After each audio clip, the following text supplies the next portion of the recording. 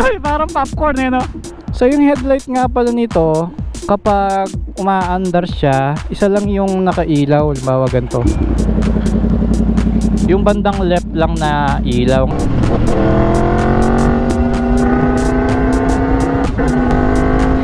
Nataas pa yung kamay nun ah. At tiyak na mas good siya sa korbada. Ano, ang basic eh, oh.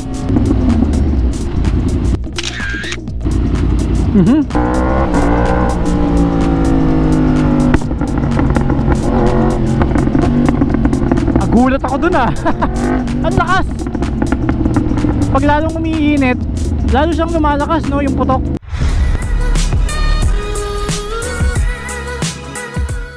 Magte-test ride tayo ngayon ng Yamaha MT-10. Motor to ng tropa natin at binibenta niya, kaya ni-road test natin ngayon. Eto, pangalawang beses na tayong magra-ride gamit ng MT-10. Pero itong motor na gagamitin natin ngayon is SP. So kapag sinabing SP, ang alam ko ha, compare dun sa regular na MT-10, yung kulay niya is iba. Pagkatapos, naka-electronic suspension siya, harap at likod. So ngayon, naka-all-in suspension siya. Ayan, kulay gold. And then, kung makikita nyo, meron siyang wires dito. And then, dito sa likod, all-in suspension din. May wire yung kanyang pyesa, no? So, automatic siyang nag-a-adjust. Depende sa road condition and dun sa bigat ng rider. Tapos, naka-Austin Racing tambucho na siya, original. So, ayon sa may-ari, titanium daw to, no? And then, naka-GB Racing side covers na siya, para kung sakaling mag-slide yung motor, hindi agad-agad tatama sa engine. And then naka slider na siya sa frame. Meron din siyang slider dito sa axle. May slider din siya sa rear axle. And then meron siyang spool. Pagkatapos, ito yung special sa motor na to, naka-woolage na siya. So kapag ka naka-woolage, mas malakas yung ibibigay na power ng motor, kasi nga na remap na siya, na dyno run. Tapos meron siyang preheating dito. Yung kapag ka nag-i-start ka ng motor, di ba, preheating pa siya. Yung cold start, kapag cold start siya, pag pinrest mo to, nabawa ngayon, start natin. Kaso kasi ngayon, naka 96 degrees Celsius na siya eh. So kapag ka below 80 siya, pag pinindot mo, gumaganyan siya yung brum brum. So pakita ko na lang dyan sa video. Ayan, bigyan ko kayo ng sample. Switch on natin yung motor para mapakinggan nyo rin yung tunog nya. Tapos yan, no? Ganyan siya. Ito yung RPM, oh. Tapos kusa siyang magbaback to normal kapag na-reach na yung temperature. Right, so itetest ride natin ngayon, no? So sa seat height naman, medyo mataas ng konti yung motor ah. Siguro ganyan yung lutang sa aking paa. Since ito ay naked big bike, so hindi naman tayo masyado naninibago sa manibela niya at sa riding position, okay naman. So decable yung throttle niya. Alright, road test!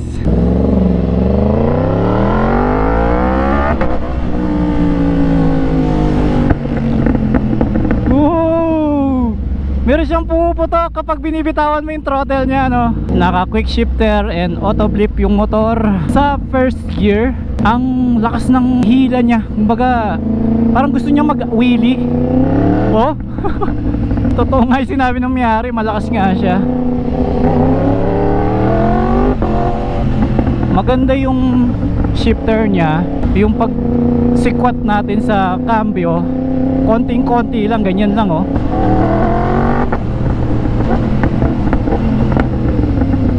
Meron siyang ano eh, parang popcorn eh, no? Ang sarap din palang bombahin ng crossplane engine, no? 4 inline cylinder siya, pero tinatawag siyang crossplane, kaya ganyan yung tunog niya. So kapareho ito ng makina ng R1. Ang ganda ng tunog, nakakagigil. Okay, so hindi sa akin motor to. Ayun, may 333 na balance. Nice, buti na lang. Yan, pakita ko lang sa inyo yung motor bago tayo maghataw-hataw. So yung headlight nga pala nito, kapag umaandar siya, isa lang yung nakailaw. Halimbawa ganito, yung bandang left lang na ilaw. Ngayon kapag ka nag high beam ka, doon palang iilaw yung isang headlight niya. Tapos ganito naman yung itsura ng taillight niya. Ako napopogian ako sa taillight niya, ang ganda, oh. Di ba? Angas. All LED. Tapos nakahiwalay yung signal light niya. Ayan. LED rin. Tapos naka Evotech radiator cover nga pala siya. Ito, may cover sila. So, okay yan kasi to protect yung radiator dahil alam nyo naman, maninipis yung part na yan, no? Naka tank grip na kaagad siya. Tapos, alam ko ito, standard na to sa MT-10 eh. Maganda yung upuan ha. Hindi siya yung normal na leather or rubber eh. Para siyang Alcantara. Pero parang rubber siya eh, no? Magaspang eh. Start again.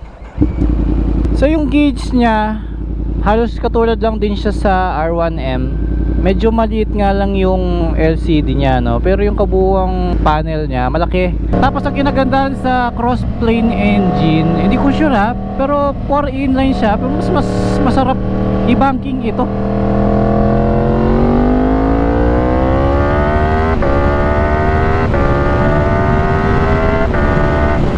Ang sarap.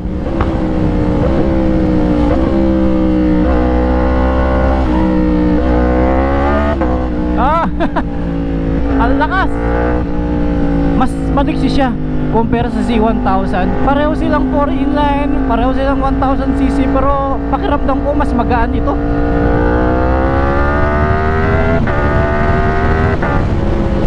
Grabe yung motor. Hanggang 5th gear lang ako.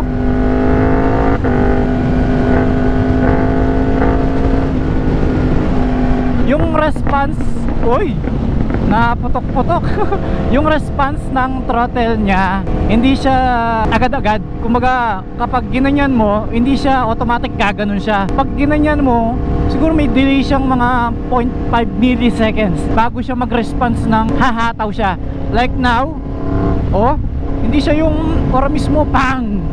May lambing pa rin siya ng konting-konti. Siguro dahil naka ibang mode tayo.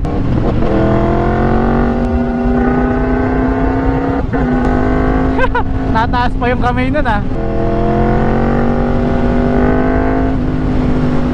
Ayun oh. Alam ko ang tawag dito is pops and bangs, ganun. Tama ba? Boom! Bigla siyang boom, tapos ang sarap naman ng ano, tunog. Pero yung pagsabog niya, may impact sa dibdib. Parang biglang nanginig ganun eh, no? Maganda marinig natin to sa tunnel eh, no?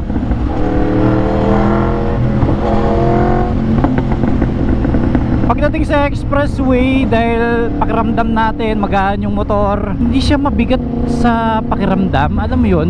Yung manibela niya, mas straight siya ng konti compare sa Z1. Parang mas malapad yung paghawak mo sa manibela, which is good kasi mas maganda yung control mo sa road kapag bumabanking, pag biglang sumisingit, ganun. At tiyak na mas good siya sa korbada. Ano? Ang basic eh, oh. Oh, grabe.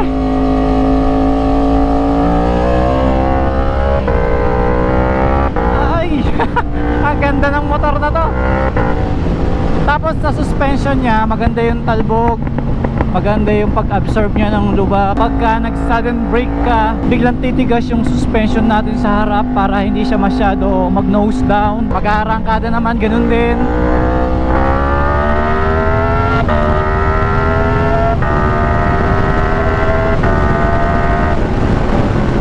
Diba? Tunog MotoGP.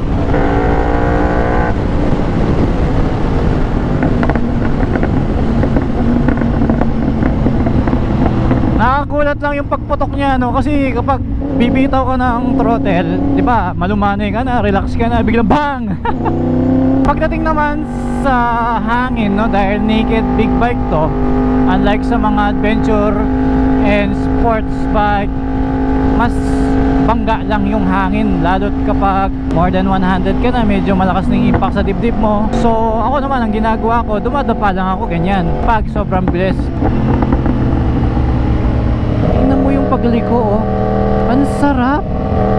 Hindi lumalaban yung motor sa'yo. Oo, diba? Ang sarap ipang racetrack nito. Meron pang underpass dito na target ko Tignan natin yung tunog niya. Na-excite ako Gusto kong kunin Hindi gusto kong tsempuan. Siguro sa third gear. Tapos bitaw. Ayaw niya. Pag mababa yung RPM, mga nasa 5 to 6,000 RPM.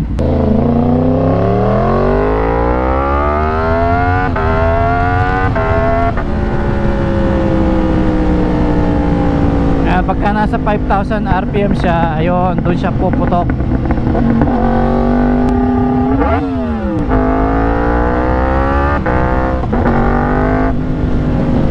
Yun, sa fourth gear natin, tignan. Ayun. Kaya, ito na.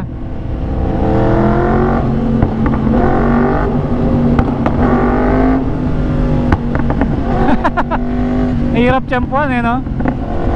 Dapat pababa yung RPM So pa towards tayo ng Balibago. Try naman natin sa traffic areas para naman kung yung mga potential buyers taga Maynila, di ba?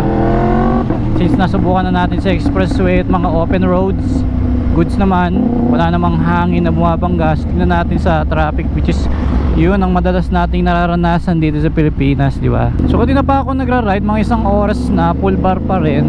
Hindi mo kasi matatansya rin kung tipid or magastos sa gasolina yung isang sasakyan kung hindi mo siya ilo-long ride Tapos ikukumpara mo siya sa mga ibang sasakyan mo, doon mo lang malalaman. Pero yung mga lapit-lapit na ganito, hindi masyado ramdam Nung una akong gumamit ng MT-10, stock lang yung tambucho, kaya hindi masyado ramdam yung gigil ng engine. Unlike ngayon, grabe talagang parang MotoGP, nang gigigil ako, gusto kong hatawin talaga hanggang sa pumino yung tunog niya. Oo nga pala, pag napapanood nyo to ng Tuesday, nasa Thailand po ako ngayon. So ginawa ko lang itong vlog na to, saktong-sakto para sa Tuesday vlog natin. Kaya kung nakafollow kayo sa Facebook ko, makikita nyo yung mga post natin dun at may mga videos din tayong ina-upload na nasa Thailand po tayo. So every time na pupunta sa Thailand yung boss natin, sinasama nyo tayo. Kasi nga naman, may iba vlog, di ba?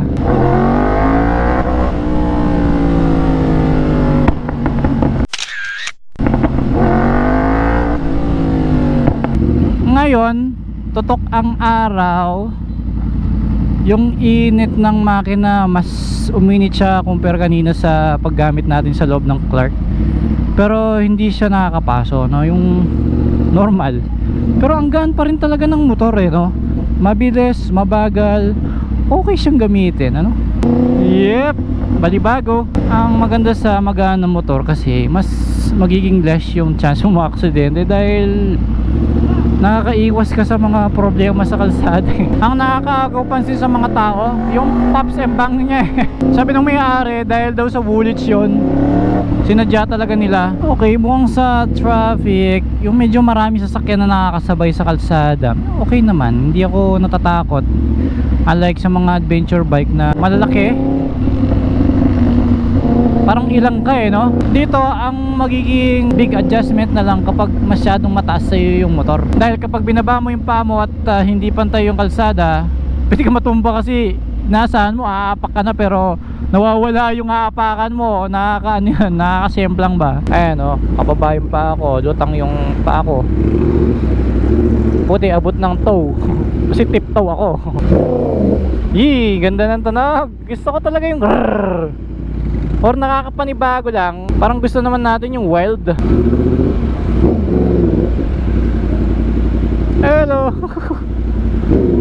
Napatingin yung bata Iingay kasi.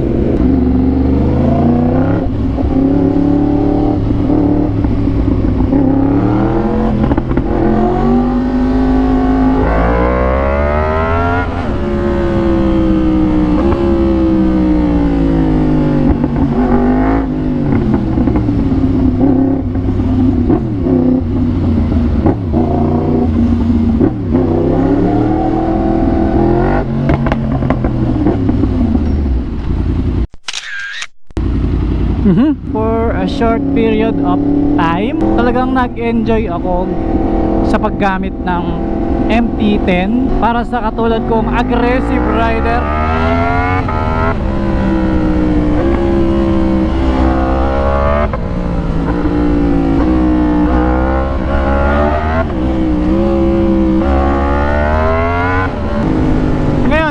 naman natin siya 1 to 5 lang. Sa power, masasabi ko nasa 4. Kapag 5 yun ang pinakamataas na rating ha. Sa comfort, nasa 3. Sa fuel efficiency, naku, hindi ko masasagot yan. Siguro full bar pa ako no. Hindi naman siya ganun kalakas din.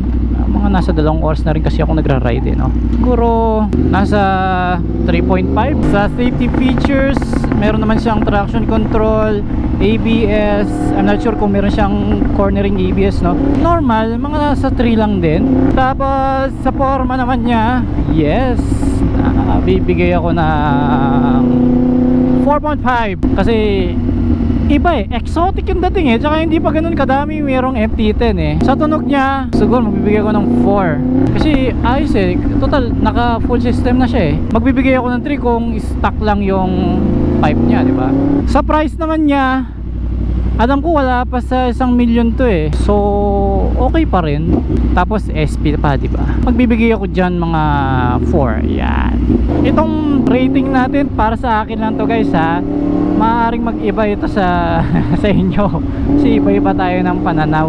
Lalo't iba yung riding style natin. Ang presyo nga pala nito, ang asking price niya is 800,000. Sabi nung may-ari negotiable pa yan, basta mag-PM lang kayo sa akin or pwede kayong dumirekta kay Autopit Works kasi wala naman akong parte dyan, kumbaga hindi naman ako buy and sell, hindi rin ako ahente. So tinutulungan ko lang yung may-ari na mabenta itong motor niya kasi nga daw bibili siya ng bagong pick-up kasi wala na yung isa niyang pick-up, wala siya sa sasakyan yan, so gusto niyang pandagdag sana ito. Kasamahan din natin siyang nagra-ride, mahilig din sa big bike. Ang negosyo niya is yung naglo-lower ng mga sasakyan, any suspension works kaya niya. So yun, message lang kayo sa Autofit Works Facebook page or sa akin, i-redirect ko kayo sa may-ari. So wag kayong magalala dun sa 800, guaranteed may bawas pa yon. At as you can see naman, di ba, nagamit natin yung bike, walang naging problem. At sa ngayon ginagamit ko siya 8,831 lamang yung kanyang tinakbo. Nasa garahe lang to, hindi ginagamit ng may-ari at nakakulambo pa to no, hindi nadadapuan ng lamok to actually. At as you can see, stock pa yung gulong niya, so talagang hindi talaga masyado ni ride. At malamang sa malamang pag pinuntahan nyo to para makita personal, full tank pa rin siya. Kahit nakakable yung throttle niya, magaan siyang ikutin Ganda niya sa corner segunda, tapos higa mong ganyan di ba? Ang dali bonus pa, di ba? Naka-setup. Diyos ko, naglaliwili. Yun lang, malakas lang talaga yung motor May modes naman siya, so pwede mo naman pahinain yung lakas niya.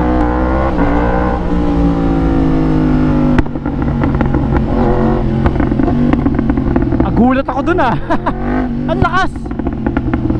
Pag lalong umiinit, lalo siyang lumalakas yung putok. Kita nyo naman kung paano ko i-ride yung motor. Talagang nakaka-enjoy siyang gamitin. Yung lexi natin na ilalabas dahil kahit 1000cc siya grabe.